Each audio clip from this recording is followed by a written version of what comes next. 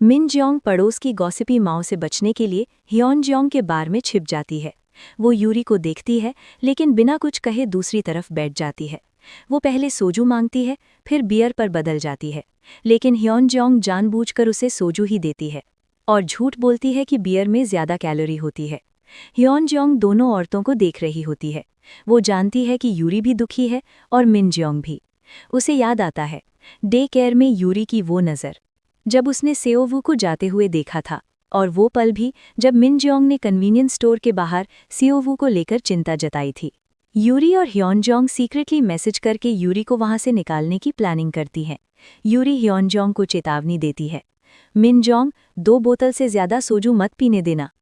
जैसे ही यूरी जाने लगती है, मिन जियोंग बोल पड़ती है, तुम दोनों बहुत ज़्यादा एक जैसी लगती हो। सांसें अटक जाती हैं, लेकिन फिर वो स्नैक बाउल से 2 छोटे झींगे उठाती है। यूरी और हियोन जियोंग राहत की सांस लेती हैं। फिर मिन जियोंग यूरी से पूछती है, क्या सेओवू तुम्हारे लिए इतनी कीमती है? यूरी झूठी बेपरवाही दिखाती है, हाँ, वो प्यारी है। तभी मिन जियोंग कहती है, तो तुम ही उसकी माँ बन जाओ, और बेहोश होकर बार पर गिर जाती है। अगली सुबह मिन जियोंग पूरी तरह बिखरी हुई है, आंखों का मेकअप फैला हुआ, माथे पर पट्टियां, और उसे कुछ याद नहीं कि क्या हुआ। कांगहुआ भी रात भर अपने ऑफिस में था, यूरी को उसके माता पिता के घर के बाहर देखकर और स्ट्रॉबेरी वाले इंसिडेंट को याद करते हुए। जब वो मिन जियोंग को देखता है तो डरकर पीछे हट जाता है।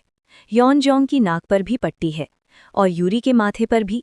तीनों घायल हैं, पर किसी को याद नहीं कैसे। मंदिर में सारे भूत भगवान से नाराज होकर जिंदगी में वापस लौटने की हेट कैंपेन शुरू कर देते हैं।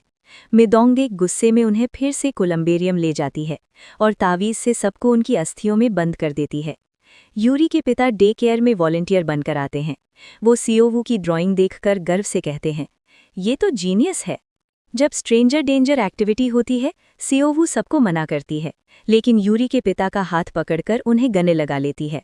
सब शॉक्ड, लेकिन दादाजी बेहद खुश। यूरी दूर से ये सब देख रही होती है और उसे अपने पिता की यादें सताने लगती हैं। हॉस्पिटल में कांगवा की हियरिंग होती है। कमिटी उसकी हालत और उसके दर्द को नज़रअंदाज कर देती है। वे कहते हैं, पत्नी की मौत कोई बहाना नहीं है सर्जरी न करने का। कांगवा चुपचाप सब स्वीकार कर लेता है, लेकिन डॉक्टर जैंग उसके लिए खड़े होते हैं। डॉक्टर भी इंसान होते हैं, और जब अपनों की मौत होती है तो वे भी टूट जाते हैं। फ्लैशबैक में दिखता है, कांगवा खुद को बार बार दोष देता है, मैंने यूरी को मारा, मेरी वजह से वो मरी। आखिरकार मिन जियोंग को याद आता है उस रात एली में क्या हुआ था। वो नशे में पत्ते उठा रही थी। यूरी और हियोन जियोंग उसे बचाने दौड़ी थीं। यूरी ने उसे सड़क से खींचा और जवाब में मिन जियोंग ने उसे हेडबट मार दिया। हियोन जियोंग को भी। तीनों जमीन पर गिर पड़ी और तभी मिन जियोंग को याद आता है, उसने यूरी से कहा था, तुम सेओवू की माँ बन सकती हो। क्रॉसवॉक पर सेओवू मिन जियोंग से भागकर यूरी की बाहों में चली जाती है। यूरी उसे वापस देती है और मिन जियोंग की आंखों में सब साफ हो जाता है। यूरी पूछती है, क्या मैं बन सकती हूँ? दोनों औरतें एक दूसरे को देखती रह जाती हैं।